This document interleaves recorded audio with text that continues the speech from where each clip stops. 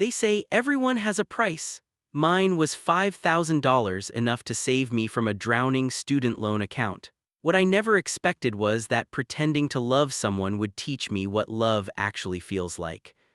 My name is Adrian Torres, and this is the story of how I agreed to sell a part of my heart and ended up giving it away for free. The coffee shop smelled like burnt espresso and tired dreams, fitting, considering I was about to meet a stranger from the internet about a very unusual job offer. I'd found the listing on a freelance website at 2 a.m., the kind of hour when desperation makes terrible ideas seem brilliant. Seeking someone for a short-term arrangement, it said. Discretion required, generous compensation. The vagueness should have been a red flag, but my bank account had been screaming at me for months, and my landlord's patience was thinner than my last paycheck. When I messaged for details, the reply came within minutes. Need someone to pose as my boyfriend for family events, 6 weeks, $5,000 interested. I should have closed my laptop. I should have remembered every true crime podcast I'd ever listened to. Instead, I typed, "Tell me more." Now I sat in a corner booth, my third cup of coffee going cold, wondering if I'd completely lost my mind. The man I was supposed to meet was late, or maybe he'd taken one look at me through the window and decided I wasn't worth the investment. I caught my reflection in my dark phone screen, 26 years old, tired eyes, hair that refused to cooperate no matter how much product I used. I'd worn my best navy button-down and jeans without holes. Professional enough for a job interview, casual enough not to look desperate. "Adrian." The voice came from beside me, low, smooth, with a hint of uncertainty that somehow made it even more compelling. I looked up and forgot how to breathe. He was effortlessly handsome. Tall, dark hair brushed back from a face that could have belonged in a luxury watch ad. Striking green eyes with flecks of gold studied me with an intensity that warmed my skin. He wore a gray sweater that probably cost more than my rent and carried the quiet confidence that money often gives. "That's me," I managed, standing up too fast and bumping my knee on the table. Coffee sloshed dangerously. "Smooth, Adrian, very smooth." A faint smile touched his lips. "I'm Ethan Marshall, may I sit?" I nodded quickly, relieved when he took the seat across from me so I could stop standing like an awkward statue. Up close he was even more striking, but there was something else, a tightness around his eyes, a subtle tension in the way he held himself. Someone used to keeping emotions neatly controlled. "Thank you for meeting me," Ethan said, folding his hands on the table. "I know the posting was vague." "Vague is one word for it," I replied. "I'm still not completely convinced this isn't an elaborate murder plot." That earned a genuine laugh, and something in my chest eased at the sound. "I promise my intentions are far less dramatic," he said, "but I understand the skepticism." "So a fake boyfriend," I said plainly, "for 6 weeks." Ethan nodded, the humor fading slightly.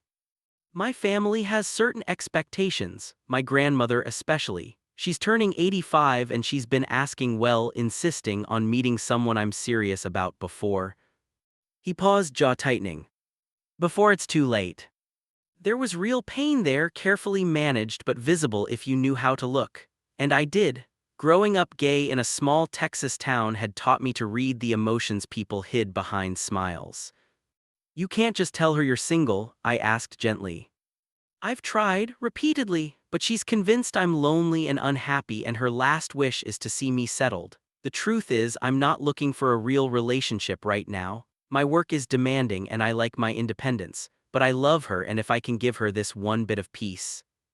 "You're willing to hire a stranger to pretend to be in love with you. When you put it that way, it sounds irrational." "It is," I said, but without judgment. Desperation makes people do strange things. I was proof. I was sitting here considering it. Ethan reached into his jacket and placed an envelope on the table, sliding it toward me. "That's half, $2,500. You'll get the rest at the end of the arrangement. I just need you to attend 4 family events, 2 dinners, a charity gala, and my grandmother's birthday. You'll need to be believable, affectionate, but nothing inappropriate, just natural." I stared at the envelope, my fingers itched to open it. $2,500 would cover overdue rent, my car payment, and groceries that didn't come in foam cups. Why me? I asked, forcing myself to look away from the money. You could hire an actor. I thought about that, Ethan admitted. But actors come with contracts, NDAs, risks of exposure. I wanted someone normal, someone real. When I saw your profile, your reviews, people described you as reliable and discreet. I write blog posts and do data entry, I said with a soft laugh. That makes me trustworthy.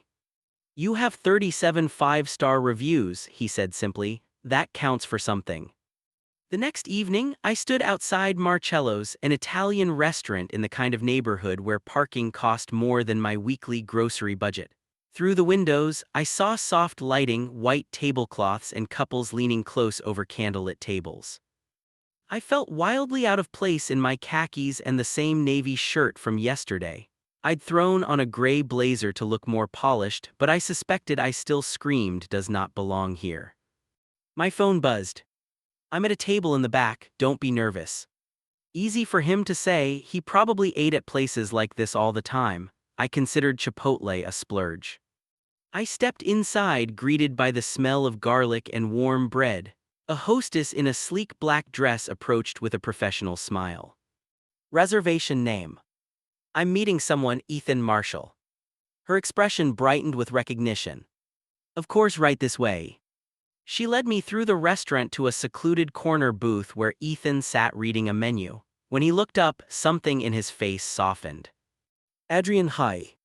He stood, and for a moment we paused awkwardly, unsure how to greet each other. Friends, acquaintances, fake boyfriends. He solved it by pulling me into a brief hug. I caught the scent of his cologne, woody, expensive, comforting. I wanted to lean in just a little closer. You look nice, he said as we sat. You're a terrible liar, I replied, but I'll accept the compliment. He laughed. Fine, but you look real, and that's what matters. My family would be suspicious if I showed up with someone too polished. You're the normal guy I fell for despite my fancy lifestyle. Something like that, I muttered, trying not to smile. He slid a menu toward me. Order whatever you want, this one's on me. I scanned the prices and almost choked. $38 for pasta, $45 for chicken. I can practically hear you calculating calories per dollar, Ethan said, amused. Is it that obvious? Completely, seriously, get whatever sounds good, consider it part of the arrangement. So I did. I ordered something called pappardelle with wild boar ragu, which I couldn't pronounce. Ethan ordered a salmon dish with a name long enough to need subtitles. When the waiter left, Ethan opened the Notes app on his phone. Okay, let's build our story. How did we meet? I leaned back. Well, what do you do? I should know that. I'm a consultant for tech companies, mergers, acquisitions, strategic planning. It sounds boring, but it pays well. And you're out at work? I asked carefully. He nodded. I am now. Took a while, but yes, my family knows too. That's not the issue. The issue is my grandmother's determination and my stubborn independence. Okay, I said. So how does a fancy tech consultant meet a struggling freelance writer? I'm mostly editing other people's work and wondering why I got an English degree. I paused and then it clicked. Actually, that works. What if we met through work? You hired me to edit something. Ethan's eyes brightened. That's perfect. Professional first, then personal. How long ago? I asked. 6 months, he said. Good, serious enough to be believable, recent enough that your family wouldn't have heard about me before. 6 months, he repeated, typing. We met when my firm hired you to edit a presentation. We started talking, there was chemistry, you asked me to coffee. I said yes, I added, we've been together since. What do I need to know about you? Ethan asked. Real things so I won't slip up. So I told him about growing up in Texas, being the youngest of 3, coming out at 19 and having my parents take it better than expected, though my oldest brother still kept his distance. Moving to the city 5 years ago with big dreams and a small budget. My love for old movies and science fiction novels. The way I reorganized my bookshelves whenever I was stressed. Your turn, I said. Tell me about Ethan Marshall. He swirled his wine thoughtfully. Only child? My parents divorced when I was 12, amicably. They're both remarried now and happy. I grew up privileged and I'm aware of it. I try not to be the worst version of that. went to Princeton, worked in New York for 3 years before moving back. I'm close with my grandmother, my mom's mother. She practically raised me while my parents worked long hours. So this really matters to you, I said quietly, making her happy. Ethan nodded, the rawness in his voice tightening something in my chest. She's the only person who never expected me to be anything other than myself. When I came out, when I dropped pre-law to study business, even when I've shown up to family events alone for the past 5 years, she just wants me to be happy. And if she thinks you're lonely, you want to fix that for her. Yeah, he met my eyes. Does that make sense? Completely. Our food arrived and we ate while building the story of our pretend relationship, favorite date spots like the jazz club downtown, weekend hikes, cooking together at his place. We even made up pet peeves. He hated loud chewing, I couldn't stand being interrupted. Then came nicknames. Babe, I suggested. He smiled. What about physical affection? He asked, tension edging his shoulders. We should set boundaries, what's expected versus what's comfortable. Hand-holding should be fine, he decided. My arm around you, you leaning on me, maybe a kiss on the cheek or forehead. And actual kissing, I tried to sound casual though my pulse spiked. Will your family expect that? His gaze dropped, possibly. We don't have to if you're not comfortable. I didn't say I was. His eyes snapped back to mine, surprise and something warmer flickering there, heat, interest. We could practice, I heard myself say, just so it looks natural. The air thickened between us, charged. This was supposed to be business, but the way he looked at me didn't feel professional at all. That's probably smart, he murmured, voice lower. We should be convincing. Neither of us moved. The restaurant hummed around us, but our small corner felt private, too private. Not here, Ethan said quietly, but soon we should practice everything, how we touch, how we interact. It needs to feel automatic. I nodded, unable to trust my voice. This was just preparation. Just part of the job. So why did my heart feel like it was trying to escape my chest? After dinner, Ethan paid before I could see the bill. Outside, the cool air hit my flushed face. Thank you for doing this, he said. I know I keep saying that, but I mean it. Thank you for the best meal I've had in 6 months, I replied. He smiled, but there was a softness beneath it, something unsure. Can I drive you home? I took the bus, I admitted, but yeah, I'd like that. His car was exactly what I imagined, sleek, black, expensive. The leather interior carried his cologne, and sitting beside him felt far too right. He asked about my neighborhood, the city, normal things that shouldn't have felt so intimate. When we reached my building, a tired, aging structure, I felt embarrassment twist inside me. Adrian, he said gently, reading my silence, I don't care that you're not wealthy, I care that you're genuine, that's what I need. Something warm bloomed in my chest. I'll see you Friday, he said. Dinner, I'll pick you up at 7. Okay. I stepped out, then paused. Ethan, this is going to work, we're going to pull this off. He smiled, truly smiled. Yeah, I think we are. Inside my studio apartment, I collapsed onto my old couch, staring at the ceiling. 6 weeks. 4 events. $5,000. It was supposed to be simple, just pretend. So why did it already feel like so much more? The thing about playing a role is that eventually you forget where the act ends and the truth begins. And by the time I realized I'd crossed that line with Ethan Marshall, it was too late to go back. Friday came too fast and not fast enough. I stood in front of my mirror adjusting my tie for the 100th time. Ethan had sent a suit earlier, a charcoal gray masterpiece that fit like it had been tailored for me. Maybe it had been. The doorbell rang at exactly 7. Ethan stood there in a navy suit that made his eyes even sharper. For a moment, we just stared. Wow, he said. You look like someone you'd actually date, I joked. I was going to say incredible, but that works too. He stepped closer, fixing my tie with gentle fingers. The simple touch sent electricity through me. Nervous, he asked. Terrified, what if they hate me, what if I use the wrong fork, say something stupid? Adrian, Ethan placed his hands on my shoulders, steady and warm. My family is going to love you and there is no wrong fork, it's just dinner, be yourself, that's all I need. In the car, he briefed me. His mother Catherine, stepfather Robert, grandmother Rose, Aunt Linda, Uncle Tom, cousin Jessica, and her husband. "Jessica's going to interrogate you," he warned. "She's a lawyer, just be honest, well, mostly honest." "No pressure," I muttered. He squeezed my hand. "Hey, we've got this." We had 3 more dinners that week, plus an afternoon at his place practicing scenarios, syncing our stories, our body language, our rhythm. We'd even practiced kissing, quick, soft tests of chemistry that left me wanting more every single time. The restaurant for the family dinner was even fancier than Marcello's: dark wood, chandeliers, private rooms. As we approached, my stomach flipped. "Remember," Ethan murmured, his thumb brushing my knuckles. "They already want to like you." We stepped through the door, and suddenly I was facing Ethan's entire family. His mother was elegant, blonde, poised, with eyes sharp enough to read me in seconds. His grandmother, Rose, was tiny and silver-haired, her warm smile lighting up her whole face. The others sat around a long table, conversation pausing as they turned their attention to us. "Everyone," Ethan said, voice steady, his hand warm in mine. "This is Adrian, my family." Rose stood immediately, surprisingly fast for her age, and wrapped me in a hug that smelled like lavender and comfort. "Oh, sweetheart, it's wonderful to finally meet you. Ethan's told me so much." "It's an honor to meet you, Mrs. Grayson," I said sincerely.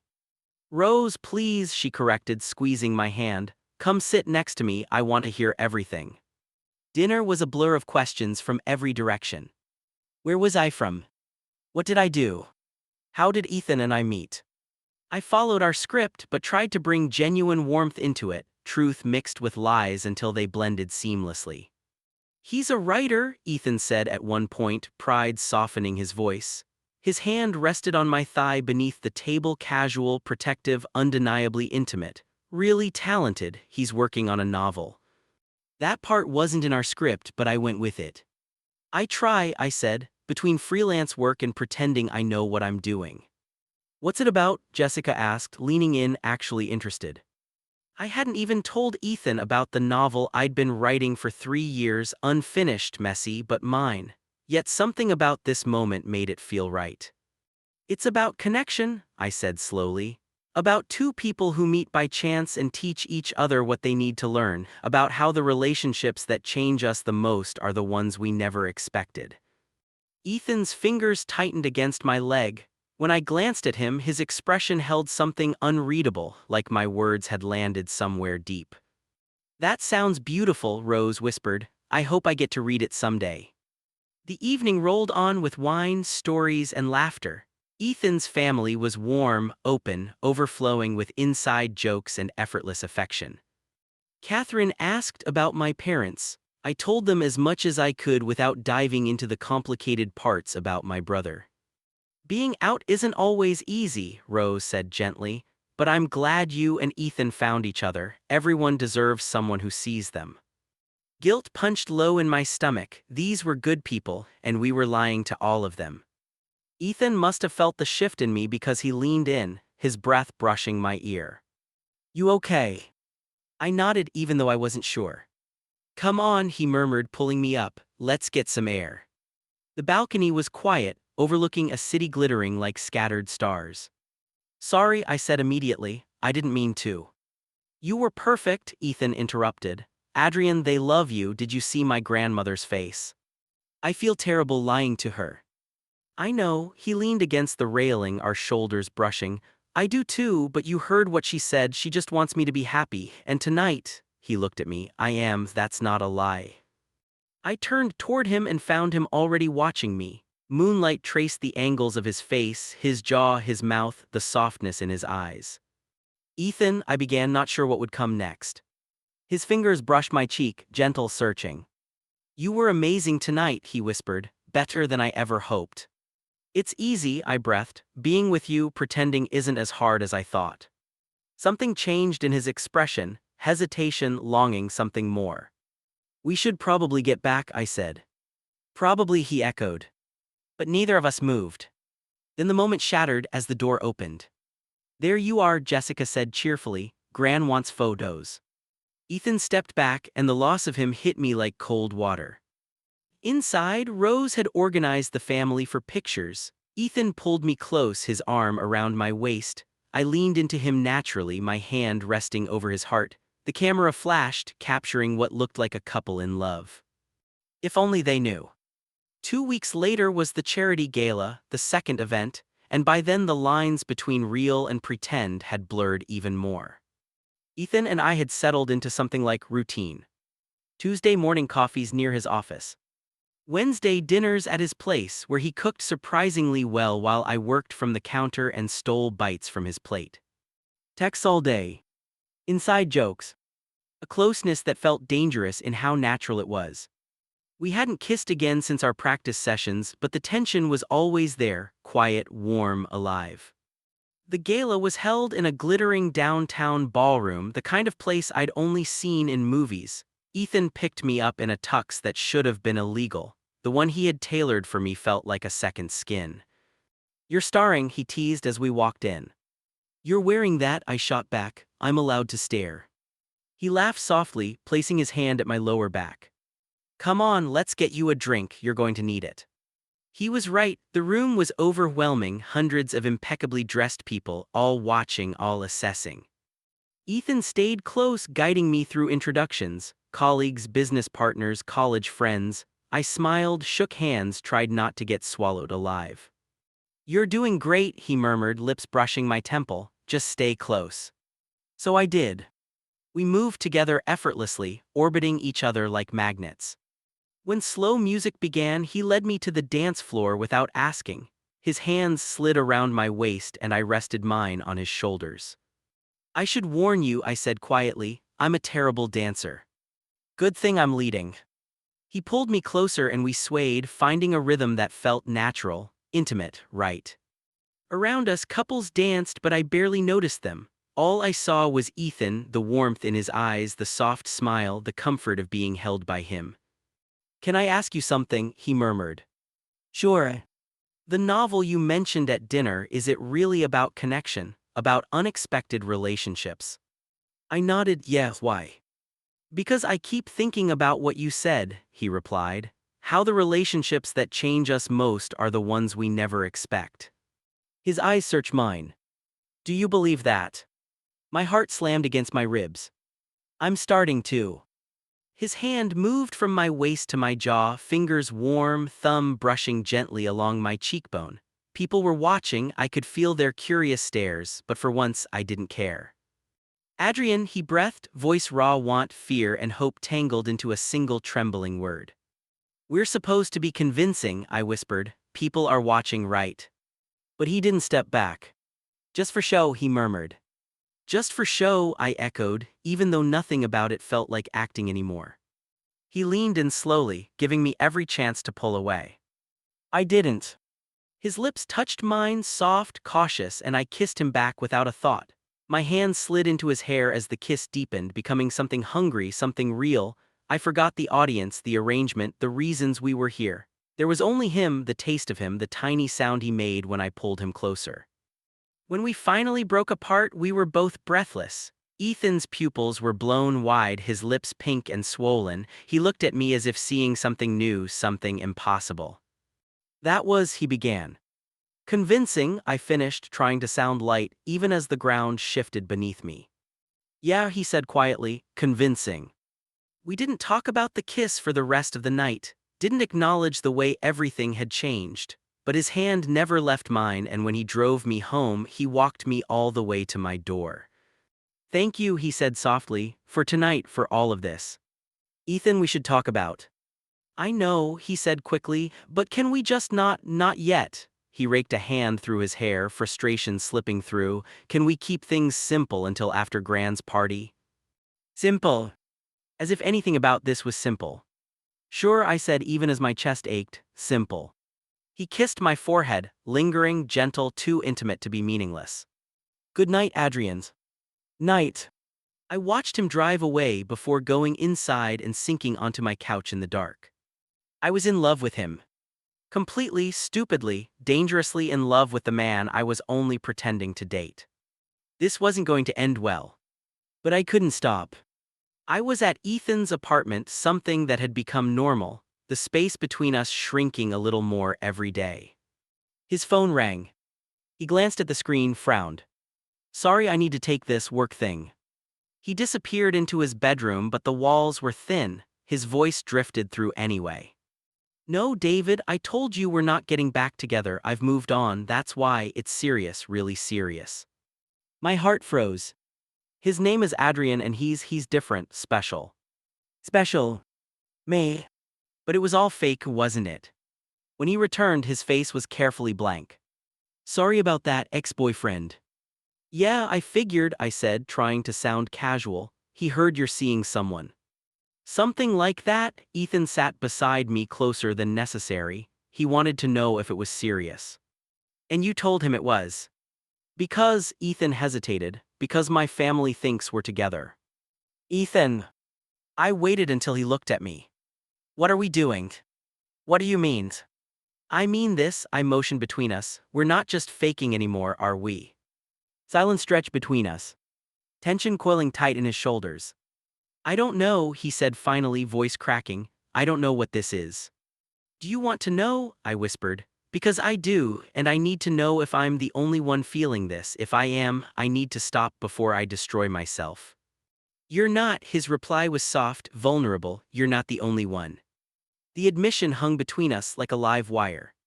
"Then why are we pretending this is still business?" I asked. "Because what happens after the party?" he burst out. "We agreed to 6 weeks, then what? You take your money and walk away. We try to build something real out of a transaction. How does that work?" "I don't know," I admitted, "but I do know I'm tired of pretending the only reason I want to be here is the money." His breath hitched. "So what do you want?" "You," I said simply. "I want you, not fake, not for show, for real." Ethan stared at me, emotions battling across his face. "This is messy," he whispered. "Yeah," I said, "it is. It could ruin everything." "I know." "Agree." I kissed him. Stopped his fear. Stopped his excuses. Stopped everything except the truth between us. He made a quiet, desperate sound and kissed me back, gripping my shirt, pulling me closer. This wasn't practice, wasn't performance. This was real. When we finally pulled apart, he rested his forehead against mine. "I'm scared," he whispered. "I'm scared this will end badly. I'm scared I'll lose you." "Then don't let it end badly," I murmured. "We'll finish the arrangement, go to your grandmother's party, and then we figure out what's next." "Together," he repeated, testing the word like it was fragile. "If you want that." "I want that," he breathed. "God, Adrian, I want that so much." We spent the next hours curled up on the couch, talking about fears, hopes, and everything we'd been too scared to say aloud. He told me the night he first felt something real. I told him when I knew I was doomed. He tried to insist on paying me when the arrangement ended. "Donate it," I told him. "I'm not doing this for the money anymore." He looked at me like I'd handed him something sacred. "Then you're letting me take you to dinner," he said. "A lot of dinners." "I can live with that." We fell asleep tangled together. For the first time in weeks, the guilt was gone. All that remained was hope. "What if she hates me when she finds out?" I asked for the 100th time, packing Ethan's living room. "She won't," he said gently. "We're together now, really together. That's all she's ever wanted." But we started with a lie. And we became the truth. He pulled me into his arms. "Adrian, breathe. We'll tell her after the party. She'll understand." I wanted to believe him. But the guilt weighed heavily on my chest. We'd spent 3 days learning what it meant to be together without pretending. Ethan was affectionate, constantly touching me, pulling me close, kissing me soft and slow like he meant every second. He loved hearing about my writing. He loved making me laugh. He was terrible at mornings and adorable when he was focused on work. And I was helplessly, overwhelmingly in love with him.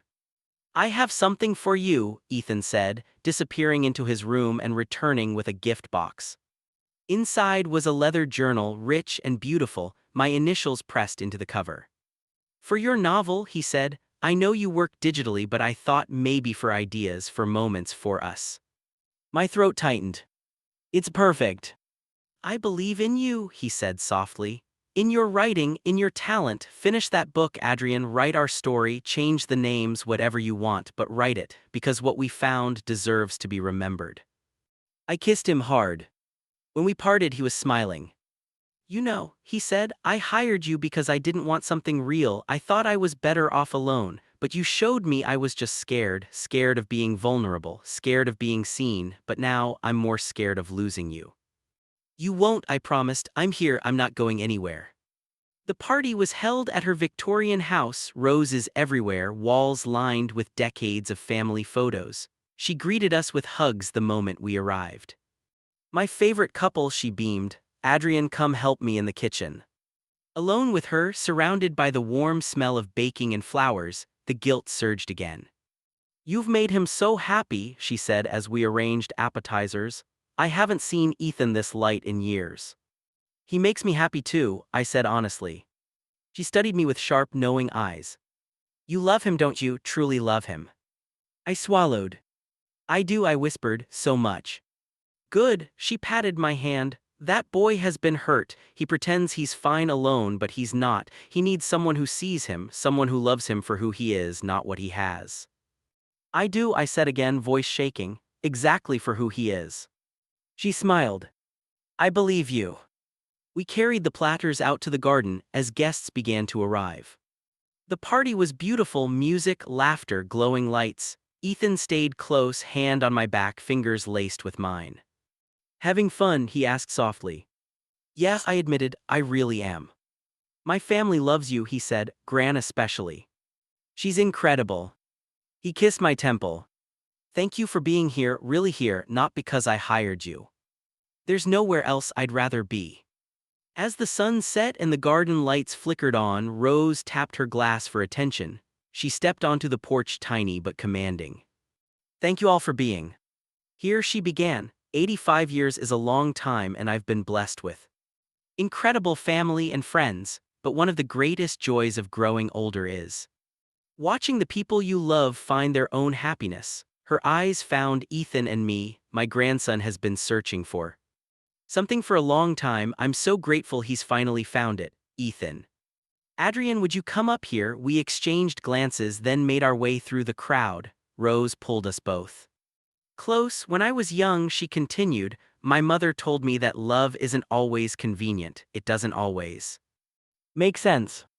Sometimes it comes when you least expect it in forms you don't recognize, but when it's real, you hold on to it. She looked at Ethan. You found something real, haven't you? Yes, Ethan said, his voice thick with emotion.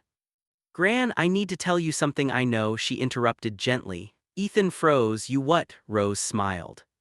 Sweetheart, I'm old, not oblivious. I knew from the first dinner that something was off, the way you looked at each other like you were still figuring each other out, the story that was a little too perfect, the nervousness. My heart stopped. Mrs. Grace and Rose, she corrected and let me finish. I knew you weren't really together at first anyway, but I also saw something else. I saw the people who were falling in love and didn't realize it yet, so I didn't say anything, I just watched. You knew. Ethan's voice was barely a whisper. This whole time I suspected from the beginning, but by the second dinner it didn't matter because whatever started as pretend had become genuine. Anyone could see it. She took both our hands, so I'm not hurt or angry, I'm grateful. Because whether you meant to or not, you both found exactly what you needed. The crowd was silent watching this drama unfold. I felt tears burning behind my eyes. I'm so sorry, I said. We should have told you. You're telling me now, Rose said simply. And more importantly, you're together, really together. That's all I ever wanted for Ethan, someone who makes him happy, who loves him, who sees him. She squeezed our hands. You do, don't you? Adrian, you see my grandson every day, I said, my voice breaking. He's the best person I know, then that's all that matters. She released our hands and raised her glass to love that surprises us, to connections we don't expect, to finding home in another person, and to my grandson who finally stopped being stubborn long enough to let someone in. The crowd laughed and applauded, and Ethan pulled me into a tight hug. I can't believe she knew, he murmured against my hair. She's pretty amazing. Yeah, he pulled back a look at me, his eyes bright. But so are you. The rest of the party passed in a blur. Family members congratulated us, some clearly having suspected something was unusual but happy regardless. Catherine pulled me aside at one point. I knew too, she admitted. Mother told me her suspicions, but I saw the way you looked at my son and I knew. Whatever the circumstances, your feelings were genuine, so thank you for making him happy, for being patient with him. By the time we left, the night was dark and cool. Ethan drove us back to his apartment, neither of us speaking but his hand firmly in mine. Inside, he pulled me close immediately, kissing me with fierce intensity. When we broke apart, we were both breathing hard. Can't believe this is real, he said. That you're real, I'm real, this is real, Adrian. He paused, fear flickering across his face. I'm in love with you. I know it's fast and maybe it's crazy, but I am completely burst through my chest, bright and overwhelming. I'm in love with you too, have been for weeks. Yeah, he kissed me again, softer this time, and I let myself fall into it, into him, into this impossible, unexpected thing we'd built, later tangled together in his bed. He traced patterns on my bare shoulder. What happens now, he asked quietly. What do you want to happen? I want you to move in, he said immediately, then laughed. Too fast. Maybe a little, but ask me again in a month. I will, every day if I have to. He kissed my shoulder. What about the money, the original arrangement? I told you I don't want it. This was never about money, not really. Then what was it about? I thought about that. About answering a vague ad in the middle of the night, about agreeing to a crazy scheme, about every choice that had led me here. Possibility, I said finally. I didn't know it then, but I was looking for possibility, for something different. And I found you. I'm glad you answered that. Ah, me too. We fell asleep like that, wrapped around each other, and I dreamed of futures I'd never let myself imagine before. The book launch was small, a local bookstore, folding chairs, maybe 30 people, but it was mine. Nervous? Ethan asked, his hand warm and mine terrified. I admitted. What if no one shows up? Adrian, he gestured to the room, people are already here, and even if they weren't, I'd be here, always. The book, my novel, sat on a table at the front. Unexpected, it was called The Story of Two Men Who Meet Through Unusual Circumstances and Fall in Love Despite Themselves. It wasn't our story exactly, but it carried the truth of it. Rose sat in the front row, beaming, Catherine and Robert beside her. Ethan's extended family filled several rows. My parents had driven up from Texas, and even my brother had come, our relationship slowly mending. You ready? The bookstore owner asked. I looked at Ethan. He squeezed my hand and smiled. Ready, I said. I read the opening chapter about connection and chance and the relationships that change us, about taking risks and being vulnerable and finding love in unexpected places. When I finished, the applause was genuine. During the Q&A, someone asked where the inspiration came from saying yes. I said finding Ethan in the audience, from answering an ad I probably shouldn't have, from taking a chance on something that seemed impossible. After, while people mingled and I signed books, Rose approached with 2 copies, one for me, one for my book club. She said, we're all dying to read it. I hope you like it. I know I will. It's about love winning, isn't it? That's always my favorite kind of story. She leaned close. Thank you, Adrian, for everything. I should be thanking you. You gave me your blessing when you had every reason not to. I gave you my blessing because I saw what mattered, not how it started but where it was going. She patted my hand. Besides, the best stories often have unconventional beginnings. Later, back at the apartment I'd officially moved into 3 months ago, Ethan pulled me onto the couch. I'm proud of you, he said. The book is incredible. You're incredible. I couldn't have done it without you. You believed in me when I didn't believe in myself. Well, I'm very smart like that. He kissed me, then pulled back with a serious expression. Adrian, I have something to ask you. My heart kicked up. Okay, I know we said we take things slow and we have, relatively speaking, but I need you to know that this is it for me. You're it. I'm not looking for anything or anyone else. I'm all in. I'm all in too, I said softly, completely good, because I want the future with you, all of it, the boring parts and the exciting parts and everything in between. He took a breath. I'm not asking you to marry me, not yet, but I'm telling you that I will someday, when we're ready, because you're my person.